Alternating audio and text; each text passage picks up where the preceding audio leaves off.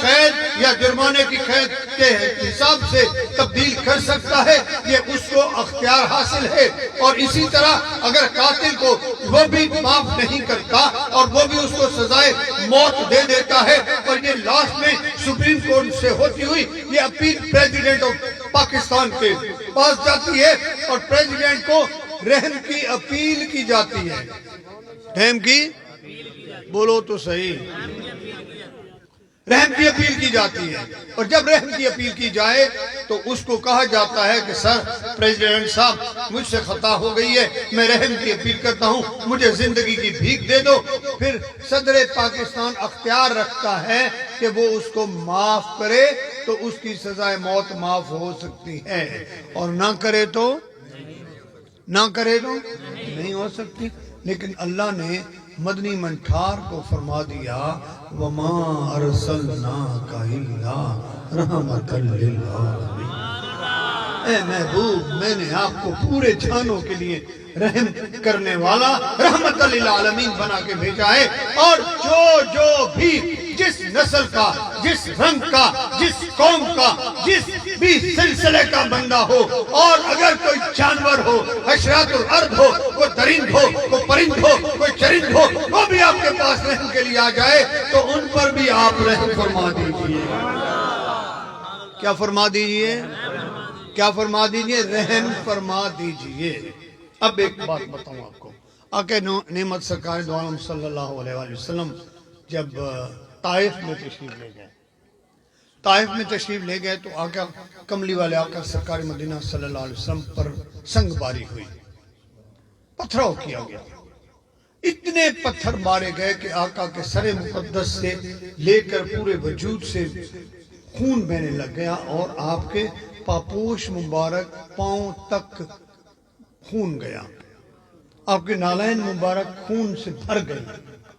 صحابہ کرام نے آ کر عرض کیا یا رسول اللہ فدا کا ابی و امی لے کے یا رسول اللہ، جب نوح علیہ السلام نے 950 برس اللہ کے دین کی تبلیغ کی اور لوگوں کو ہدایت کرنے کی کوشش کی، اور جب لوگ بے راہ ہوئے تو انہوں نے ان کے لیے بدعا کی کہ یا اللہ ان کو غرق کر دے۔ اللہ پاک نے طوفان بپا کر دیا پانی کا، اور وہ سارے بہہ کر نیست و نابود ہو گئے۔ اور اے محبوب آپ بھی بددعا کیجئے۔ میرے محبوب نے فرمایا کہ نہیں، میں بددعا کے لیے نہیں آیا، مجھے تو اللہ نے رحمت للعالمین بنایا۔ اور فرشتے آ گئے، ملائکہ آ گئے، ملائکہ نے عرض کیا یا رسول اللہ صلی اللہ علیہ وسلم ہم آپ کی بارگاہ میں حاضر ہوئے ہیں، رب کائنات نے ہمیں بھیجا ہے۔ ایک نے کہا کہ میں تعینات ہوں آگ کے اوپر، اگر میں اشارہ کروں گا تو اتنی آگ آئے گی کہ سب کو جلا کے بھسم کرے گی۔ ایک نے کہا میں زمین پر مسلط ہوں اور تعینات ہوں، اگر میں اشارہ کروں گا تو زمین الٹ پلٹ ہو جائے گی، سارے برباد ہو جائیں گے۔ ایک نے کہا میں ہوا پر تعینات ہوں، میں اشارہ کروں گا ایسا طوفان آئے گا سب اڑ کے تباہ ہو برباد ہو جائیں گے۔ ایک نے کہا یا رسول اللہ یا حبیب اللہ میں جو ہوں میں پانی کے اوپر تعینات ہوں، میں اشارہ کروں گا ایسا سیلاب آئے گا سارے بہہ کر چلے جائیں گے۔ ایک نے کہا کہ میں پتھروں کے اوپر تعینات ہوں، اشارہ کروں گا اتنے پتھر اڑ کے آئیں گے کہ سب کو نیست و نابود کر دیں گے۔ میرے محبوب نے سارے فرشتوں سے پوچھا اچھا تم کس لیے آئے ہو؟ یا رسول اللہ ہم آپ کے امر کے محتاج ہیں، بس آپ کا اشارے کی ضرورت ہے، آپ جو کہیں گے ویسے ہی ہوگا۔ میرے محبوب نے فرمایا پھر میں دعا کرتا ہوں تم آمین کرو۔ اب دعا کر رہا ہے کملی والا اور آمین کر رہے ہیں ملائکہ، اور اللہ کا نبی کیا فرماتا ہے کہ یا الہی رحم فرما طائف کے مکینوں پر، یا الہی پھول برسا پتھروں والی زمینوں پر۔ اے اللہ طائف کے مکینوں پر رحم فرما دے اور پتھروں والی زمینوں پر پھول برسا دے۔ آج بھی طائف جا کر دیکھو، وہ طائف ٹھنڈا بھی ہے، باغ بھی ہے اور وہاں پھول بھی ہیں۔ وجہ کیا ہے؟ میرے محبوب سے کسی نے پوچھا یا رسول اللہ یا حبیب اللہ اتنی رحم، اتنا کرم، اتنی مہربانی کیوں؟ آپ نے فرمایا کہ بیٹا سن لو کہ یہ بھی میں امت رسول کے لیے ایک راستہ بنا رہا ہوں۔ مجھے پتا ہے کہ میری امت بشریت کے لحاظ سے خطا کار ہوگی، ان سے غلطیاں سرزد ہوں گی، اور گناہگار ہوں گے. جب میں اللہ کی بارگاہ میں ان کی سفارش لے کر جاؤں گا تو میرے رب مجھے کہا کہ تیرے امتیوں کا حال ہے، تیرے امتیوں نے یہ کیا. میرے محبوب نے فرمایا کہ جب طائف والوں کے پتھروں سے میرے دانت میں داغ پڑ گیا تو یہ نشانی میں لے کر رب کی بارگاہ میں جاؤں گا، یا اللہ اگر میری امت ایسی ہے تو تیرے بندے بھی تو ایسے ہیں. تیرے بندوں نے میرے اوپر سنگ باری کی، اور یہ نشانی ہے کہ میرے دندان مقدس کو بھی شہید کرنے کی کوشش کی، اور وہ نشان و داغ اب تک موجود ہے. یا رب ذوالجلال والاکرام، اگر میرے امتی گناہگار ہے تو تیرے بندوں نے بھی ایسا کیا ہے، اب اس کے بدلے میرے امتیوں کے گناہوں کو معاف فرما دے.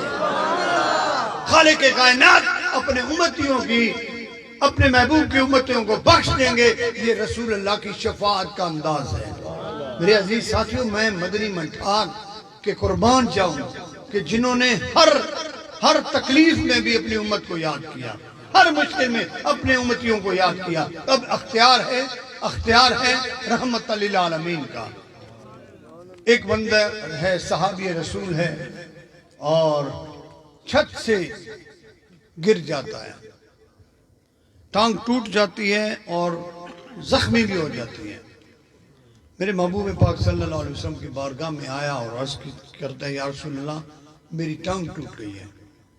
آقا فرما سکتے تھے نا کہ بیٹا چھلانگ تم نے لگائی ہے، ٹوٹ گئی ہے، اللہ نے جوڑی تھی، اللہ جوڑ سکتا ہے، اب تو نے جا کوئی اور علاج کری، اللہ ہی جوڑ سکتا ہے.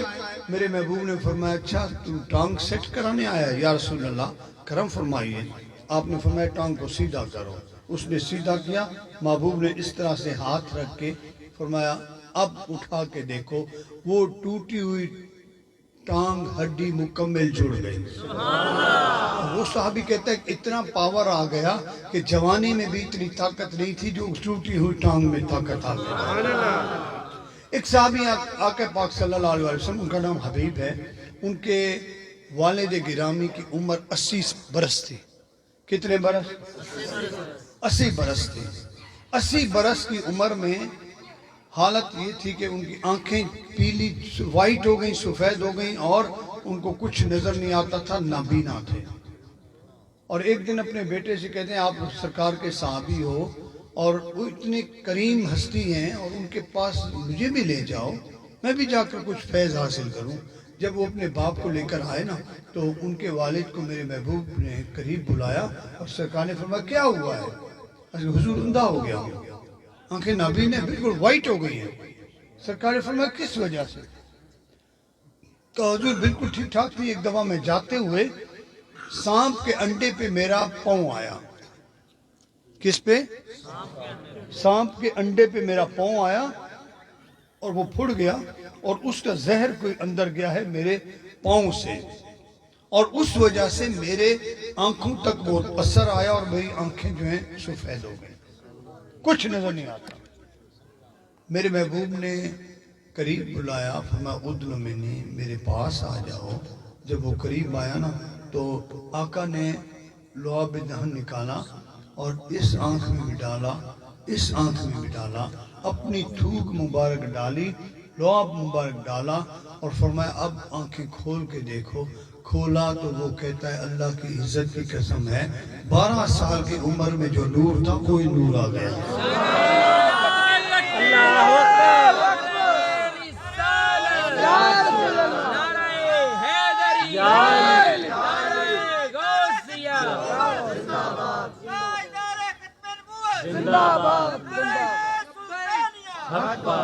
ہاں میرے بھائیوں، ایک صحابی فرماتے ہیں کہ ہم آقا پاک صلی اللہ علیہ وسلم کے ساتھ تھے، حضرت مسعود رضی اللہ تعالیٰ عنہ فرماتے ہیں ہم جا رہے ہیں راستے میں تو بہت سارے صحابہ ہیں، سرکار خرامہ تشریف لے جا رہے ہیں، پیچھے پیچھے، اور 2 صحابہ نے ایک درخت میں دیکھا کہ چڑیوں کا اکھیرا تھا. اس سے اوپر جا کر دیکھا تو 2 بچے چڑیا کے وہاں پر بیٹھے تھے. انہوں نے اٹھا لیا اور اٹھا کے روانہ ہو گئے. سرکار تو بہت آگے تشریف لے گئے تھے. وہ جو ان بچوں کی ماں تھی نا چڑیا، وہ دوڑتی دوڑتی اڑتی اڑتی آقا کے کاندھے مبارک پہ بیٹھ گئی.